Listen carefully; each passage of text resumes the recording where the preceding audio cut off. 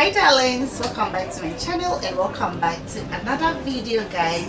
Today is the continuation of labor and then delivery videos. Okay, in our previous video we talked about the 3 signs of labor and what you are not expected to do when labor starts. So today I am here with my midwife Day to take us through with the stages of labor. So if today is the first time seeing me, I'm Owusua, your community happiness papa, and this channel is about health education for kids and adults. Kindly do subscribe to this channel and be part of this beautiful and amazing family.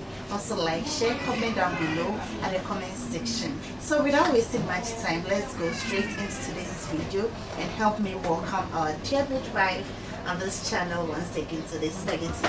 You are warmly welcome back to this channel. So today we would like to know the stages in labor. When you talk about stages in labor, what is stages?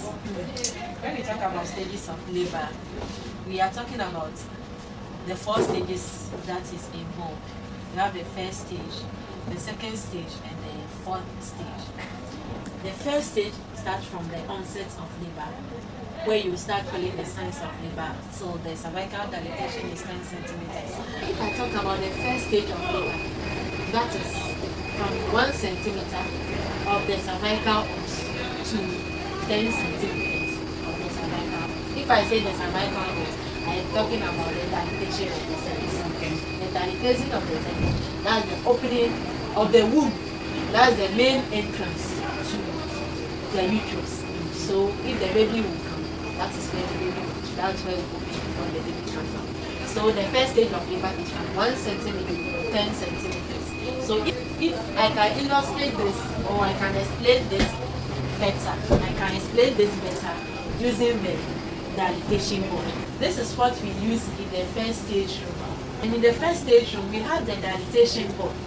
And these holes that you see on the board represent the cervical os.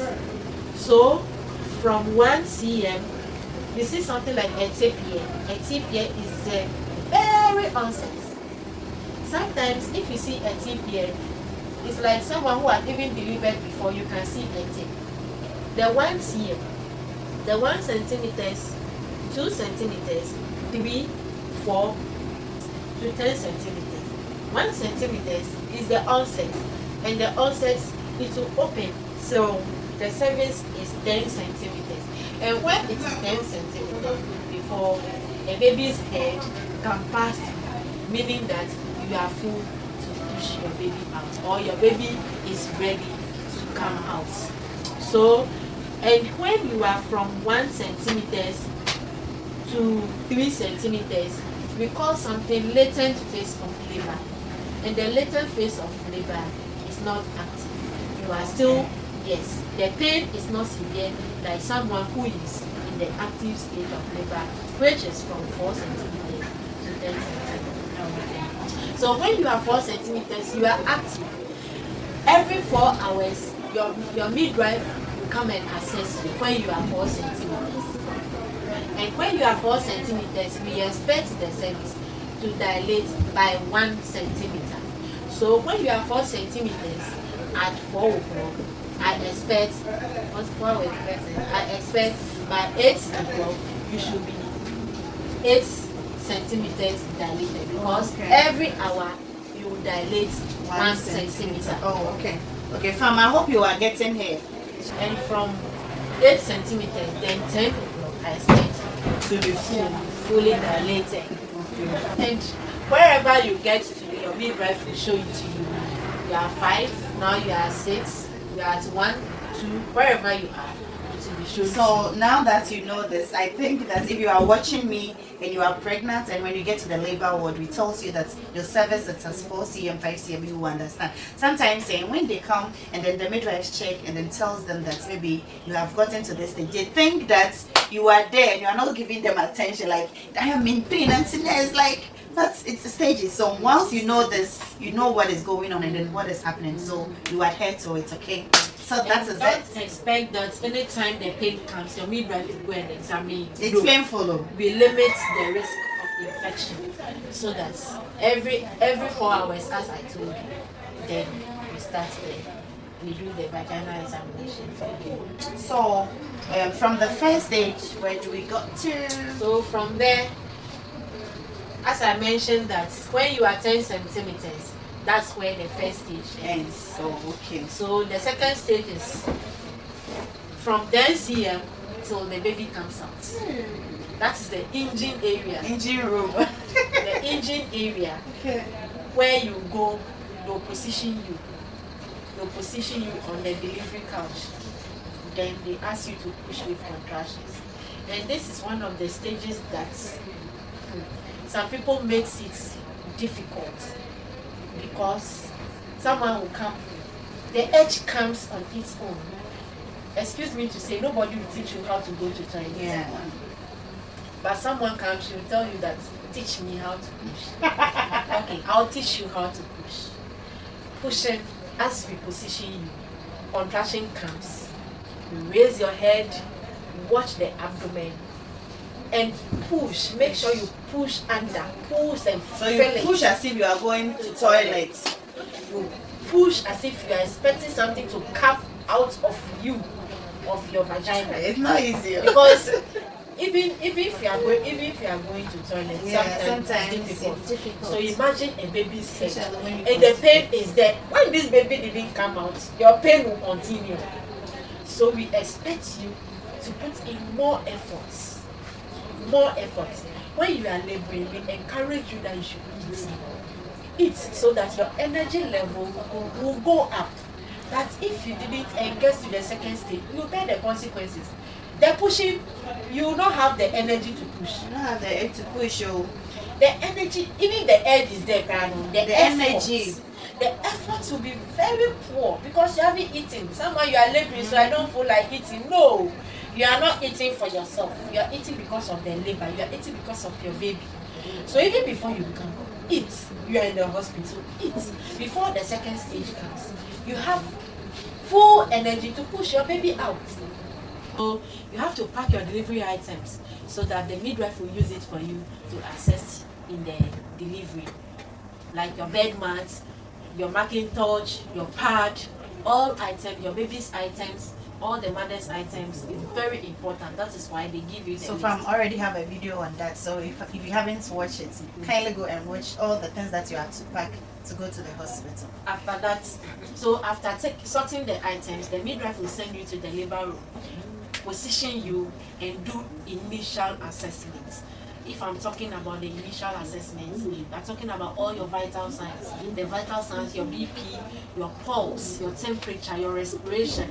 We check it for you to know that to know your baseline that you present with. Then we do from head to toe examination. The head to toe examination is done. Then we come to the abdominal and vaginal examination. The abdominal examination includes the abdomen, the measurements of the abdomen, checking of the baby's heartbeats, and timing of the contractions. Very important. We want to time the contractions to know how strong your pain level is. Yes. And we also check the baby's heart to know that whether your baby is in distress or everything is normal with your baby. And then we come to the vaginal examination. The vaginal examination, we will inspect the vulva, and the midwife will wear gloves, go into the vagina, then into the cervix. The cervix, you are looking for the dilatations and other parameters. Other parameters like the pelvic bones, the arc, whether you can make it or not. Then the midwife is able to assess all these things. So this video really answers a subscriber who asked on the previous video that if you know all this that you are in labor, why do we still insert the fingers? So that is the explanation that our midwife has given. You also know where the baby's head has advanced to in terms of the engagement, the head engaging in the pelvis. You also know where your baby's head has advanced to. Then after that, they will give you a bed for monitoring, to monitor you till you get to the second stage of labor. So what is also expected of the client? As you are laboring in the first stage, as you are laboring, the contractions come intermittently. So anytime the contractions come, we expect you to breathe, take in deep breath take ibuprofen anytime the pain comes. So this allow more oxygen intake supply to the baby, so that your baby will not be in distress. And also we allow dieting. If you are laboring, you have to eat well, so that when you get to the second stage, you can get the energy to push your baby adequately. And also when you are laboring, we expect you to urinate more often. You have to urinate. You empty the bladder more frequently, so that it will help your baby's head to advance on time. Anytime you see blood, more blood or this, then you change your pad. Your perineal pad, you should change it regularly. You're not keeping them for long, or you have ruptured your membranes, or the liquor is coming, or let me say your water breaks. Yes, you have to change your pad more frequently. This also helps to prevent infections. So these are the things that is also expected of the client. And before, let me chip in there, before you enter into labor, it is very important as a pregnant woman to secure at least a unit of blood in case of emergency before your labor sets. So when you come, you check for all this and see whether everything is intact. Yes. Then you continue. When the contractions come, push with it. But when it goes off, relax. Yes, and breathe through your mouth. The breathing will help oxygen supply adequately to your baby. When you delay, some of the consequences, when you delay the second stage, it causes the baby to be in distress. You see, your baby will not, you come and is exhausted.